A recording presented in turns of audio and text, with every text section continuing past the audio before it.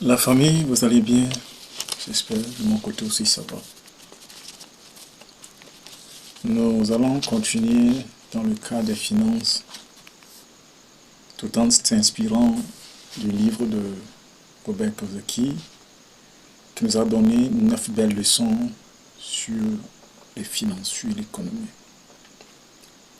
Et comme nous l'avions dit plus tôt, quand vous n'avez pas l'argent, vous n'avez pas d'amis.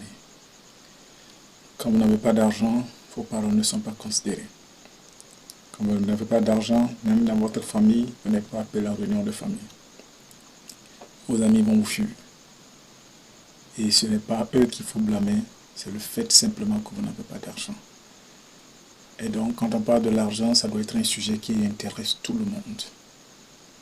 Nous devons donner assez d'importance à ce sujet pour donner tout le nécessaire afin d'arriver à en être des possesseurs et non de ce qui manque. Hier, nous avons parlé du 7e point qui est être audacieux. Il faut de l'audace dans les investissements. Si vous n'êtes pas audacieux, si vous ne voulez pas prendre de risques, vous n'allez jamais investir. Et si vous n'investissez pas, vous n'allez jamais devenir riche. Voilà pourquoi certaines personnes préfèrent garder leur argent en sécurité dans une banque. Ils pensent que c'est en sécurité, mais c'est devenir pauvre. C'est s'appauvrir chaque jour que de garder son argent dans une banque. Parce que le fait est très simple. Si vous avez par exemple en janvier 2023, vous avez mis 100 000 à la banque. Aujourd'hui, en 1er décembre 2023, ce que les 100 000 pourraient faire en janvier 2023, c'est les mêmes 100 000 ne peuvent même pas le faire aujourd'hui en décembre 2023, de la même année. On appelle ça la dévaluation. La dévaluation de la monnaie, c'est normal. Et donc, il est important d'investir pour pouvoir fructifier son argent. Mais pour investir, il faut ce qui est de l'audace. Il faut prendre de l'audace, il faut du courage, il faut prendre le risque. Mais nous appelons cela les risques calculés. Il faut prendre des risques calculés. Des risques calculés. Il faut de la prudence et il faut de l'information. Quand tu veux investir, sois sûr que tu as l'information nécessaire. Quand tu n'as pas l'information nécessaire, ne t'aventure pas. Et si tu veux aventurer, il faut que ce soit calculé.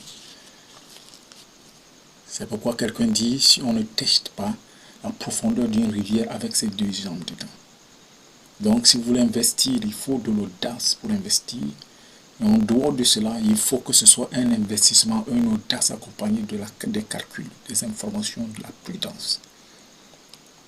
Et pour abonder ce jour dans ce même sens, nous allons attaquer le 8e point qui est apprendre, continuer à apprendre. Apprendre et continuer à apprendre. Vous savez, l'information, la connaissance fait la différence.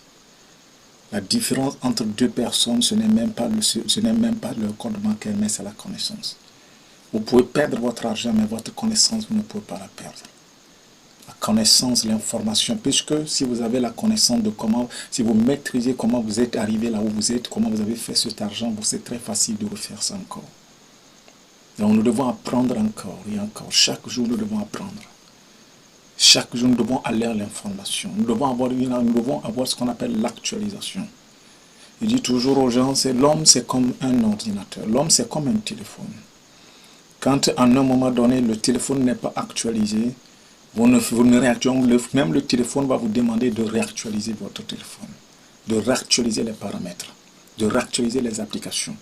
Mais si vous ne réactualisez, à un moment donné, le téléphone va planter. De la même façon, dans notre vie, pour être vif, pour être toujours en vigueur, pour être toujours important, il faut toujours acquérir de l'information. Il faut aller à la connaissance. Personne n'a le monopole de la connaissance. Personne ne connaît pas assez trop pour ne plus apprendre. Nous avons toujours à apprendre. Et même si vous connaissez, vous devez partager. Parce que lorsque vous partagez, vous vous rendez compte qu'il y a quelque chose que vous ne connaissez pas. Vous apprenez plus en partageant. Voilà pourquoi nous nous sommes aventurés sur ce projet de partager ce que nous connaissons, de partager ce que nous avions appris. Par la vie, par les livres. Ainsi, cela nous oblige à aller au-delà de ce que nous connaissons. Cela nous oblige à pratiquer mieux ce que nous étions en train de pratiquer dans les cachettes. Donc, c'est très important d'aller en information. Nous ne devons jamais cesser de lire tout ce qui peut traiter de finances. Nous devons cesser jamais de jeter les coups dessus tout ce qui traite de l'économie, des investissements. C'est très important. Et chaque jour, les nouvelles technologies, chaque jour, des nouvelles plateformes d'investissement apparaissent. Et quand vous ne lisez pas, c'est que vous serez sous-informé. Et quand vous êtes sous-informé, c'est que les opportunités vont vous échapper. C'est tout comme un homme d'affaires qui ne lit pas le journal de son pays. Quand il y a les appels d'offres, c'est que ce monsieur ne sera pas informé qu'il y a tel appel d'offres. Et par conséquent, les appels d'offres vont le survoler, il va penser que non, il n'y a pas ça, rien de mal dans le pays. Mais cependant, il y a d'autres qui évoluent, il y a d'autres qui ont des projets qui pilotent chaque jour. Donc le gros problème de l'humanité, c'est le manque de la connaissance. La Bible dit, mon peuple périt à faute de connaissance. Elle n'a pas dit, mon peuple périt parce que je n'ai pas de puissance. La Bible n'a pas dit, mon peuple périt parce que le pays est maudit. Non, mon peuple périt à faute de connaissance. La connaissance est fondamentale. L'information est primordiale. Et c'est quelque chose auquel nous devons tous nous donner. Chaque jour, nous devons nous donner l'objectif de lire une page. Chaque jour, nous devons nous donner l'objectif d'expérimenter quelque chose, d'apprendre quelque chose. Et nous devons utiliser, développer nos capacités, nos compétences, les élargir. Et étudier encore et encore. Et aujourd'hui, nous avons accès d'ouverture. Personne ne peut dire que l'information lui est cachée. Personne. Il y a beaucoup de livres qui sont disponibles sur le web. Il y a beaucoup de livres que vous pouvez avoir sur le Google. Vous pouvez utiliser ce qu'on appelle l'intelligence artificielle. Oh, mind-blowing. Cette découverte, cette application est le plus grand cadeau qu'on donne, qui a été donné à l'humanité. L'intelligence artificielle, c'est en train d'évoluer. Ça suffit que vous l'interrogez sur n'importe quel sujet. Cette intelligence, cette application est capable de vous générer toutes les informations nécessaires. Donc aujourd'hui, que personne ne se cache derrière le manque de livres, le manque de ceci, alors que nous avons des téléphones en main. Nous consommons des données mobiles chaque jour. Profitons et utilisons, élargissons notre compétence, élargissons notre quotient intellectuel, élargissons nos connaissances. Et ainsi, nous devenons de plus en plus importants. La grandeur et la qualité de l'information, de la connaissance que nous avons, feront de nous la différence entre nous et les autres. C'est tout. Donc, il est ce huitième point est fondamental. Apprendre et continuer à apprendre. Nous ne devons jamais sous-estimer l'information. Nous devons connaître. Ce que tu ne connais pas, tu l'ignores. Et quand tu l'ignores, c'est que tu ne peux même pas. Et puis, la réalité est que la nature n'est pas... La justice même dit, la justice ne t'excuse pas parce que tu ne connais pas. Non. Tu peux commettre une faute. Et par exemple, tu dis, ah moi je suis innocent. Pourquoi? Parce que je ne suis pas informé. La justice ne va pas t'innocenter parce que tu n'étais pas informé. Il y a une loi qui a été établie. C'est toi qui dois aller à l'information de la loi. C'est toi qui dois aller à la recherche, à la connaissance de cette loi.